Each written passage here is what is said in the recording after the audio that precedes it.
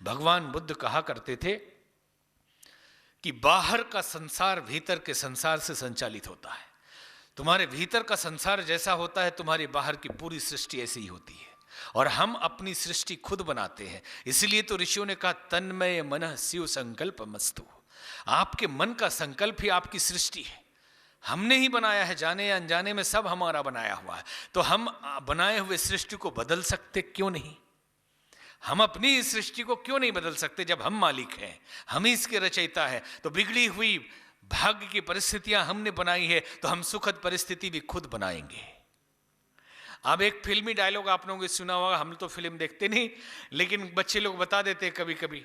तो किसी ने कहा कि किसी फिल्म में एक डायलॉग है कि सच्चे दिल से किसी से मोहब्बत करें तो सारी कायनात वो दिलाने के लिए मदद करती है। सच्चे दिल से किसी से मोहब्बत करें तो सारी कायनात वो दिलाने के लिए मदद करती है। तो हमें याद आ गई रामायण की एक चौपाई।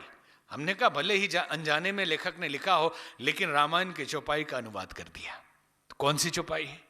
जही के जही पर सत्य स्नेहु सोत ही मिले न कछु संदेहु। जही के जही पर सत्य स्नेहु सोत ही मिलही न कछु संदेहु। जिसका जिस पे ट्रू लव हो, सच्ची मोहब्बत हो, वो उसे मिल ही जाएगा, इसमें कोई संदेह नहीं करना चाहिए। क्योंकि पूरे ब्रह्मांड की शक्तियां वो दिलाने के लिए काम करती है। पूरे कायनात की ताकत लग जाती है कि जिसका जिससे मोहब्बत हो, जिससे लगाव हो, वो उसे मिलना ही चाहिए और मिलेगा ही। तो हमने किसी से पूछा कि भाई ये फार्मूला तो बड़ा अच्छा है, लेकिन सच्ची मोहब्बत है कैसे पता चलेगा? किसी को किसी से प्यार हो गया है, ये कैसे पता चलेगा? तो लोगों ने, अनुभवी लोगों ने कहा कि जिससे प्यार हो जाए उसकी बहुत याद आती है। जिससे प्यार हो जाए बड़ी अनायास ही बहुत याद आती है उसकी।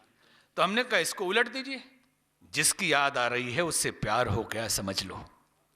जिसकी याद आ रही है उससे प्यार हो चुका है, ये समझ लेना। अब जरा एक डायरी और पेन लेके देखना, बैठ जाना एक दिन और दिन भर का, एक दिन का विश्लेषण करना कि किसकी याद आ रही है। जरा लिखना,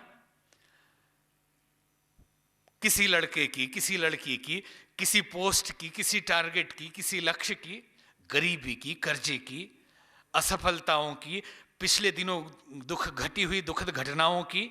किसी ने गाली दे दिया था, किसी ने अपमानित कर दिया था, असफल हो गए थे, दुखी हो गए थे, परेशान हो गए थे। इन सब चीजों की याद आ रही है तो समझ लेना, अगर कर्जे को याद कर रहे हैं तो कर्जा से प्रेम हो गया है और कर्जे में आप डूबने ही वाले हैं। अगर किसी की निंदा की याद आ रही है कि वो बेकार आदमी है बहुत, आपकी निंदा होने ही वाली है, आपकी शिकायत होगी, क्योंकि आप उसको पसंद कर रहे हैं। दुखद परिस्थितियों को, बिगड़ी हुई परिस्थितियों को बार बार याद करेंगे तो नेचर के द्वारा, ईश्वर के द्वारा, परमात्मा के द्वारा मान लिया जाएगा कि आपको इसी से मोहब्बत हो गई है और वही आपको दे दिया जाएगा।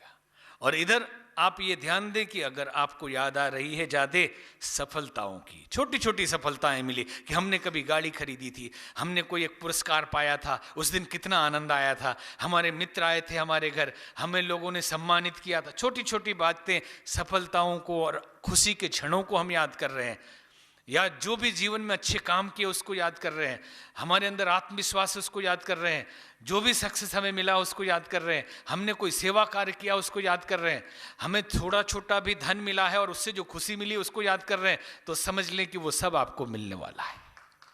आपको खुशी भगवान देगा, आनंद देगा, पैसा देगा, वैभव देगा।